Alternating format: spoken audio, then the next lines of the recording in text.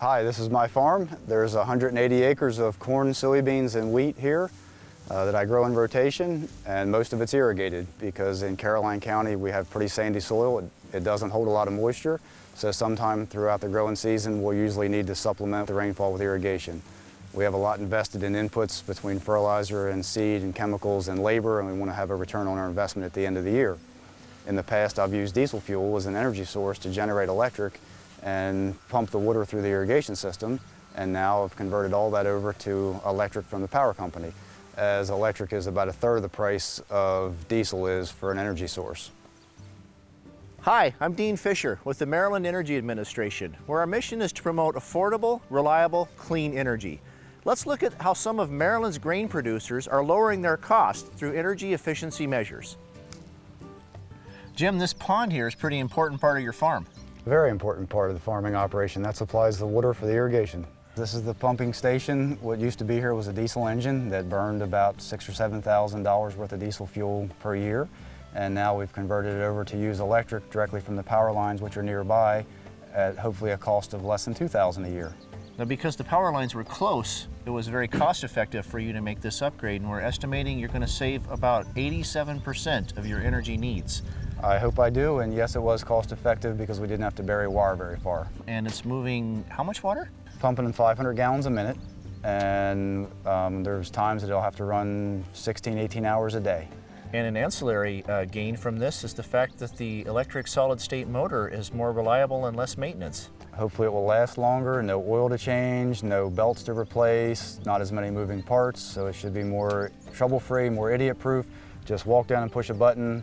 I don't have to listen to a diesel engine run, don't have to worry about spilling diesel fuel, changing oil, getting rid of burnt motor oil, and don't have to worry about fumes coming out of a diesel engine going out over the pond.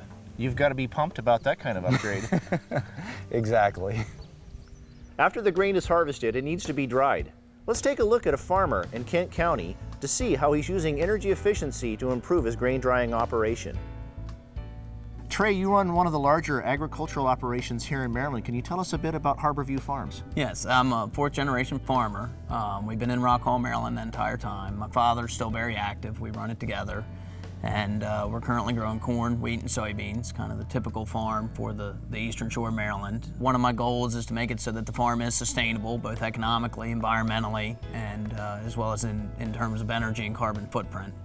You've implemented numerous practices around here for sustainability, and thanks to this grant, you've installed a new grain dryer. Yes, that's correct, Dean. We started out, we've been moving towards Tier 4 engines for lower emissions. We recently put in a solar array to provide all of our electrical needs, and the next big step was trying to lessen our use of propane. That's our three key energy sources, our diesel fuel, electric, and propane.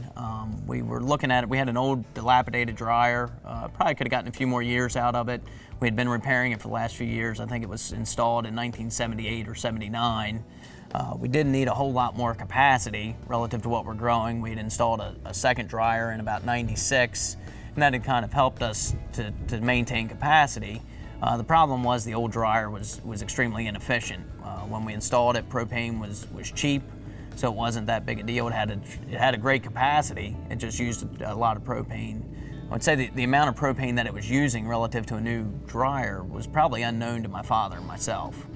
We had checked it, but we never really analyzed it. And then when this grant came up, we got an energy audit done, and it kind of showed us that we could probably be saving upwards of 25–30% of our propane use annually by installing a new dryer. And we're estimating that you're going to save 32,000 gallons of propane a year, which is about a quarter of your propane use, and will save you more than $50,000 a year. Amazing energy savings.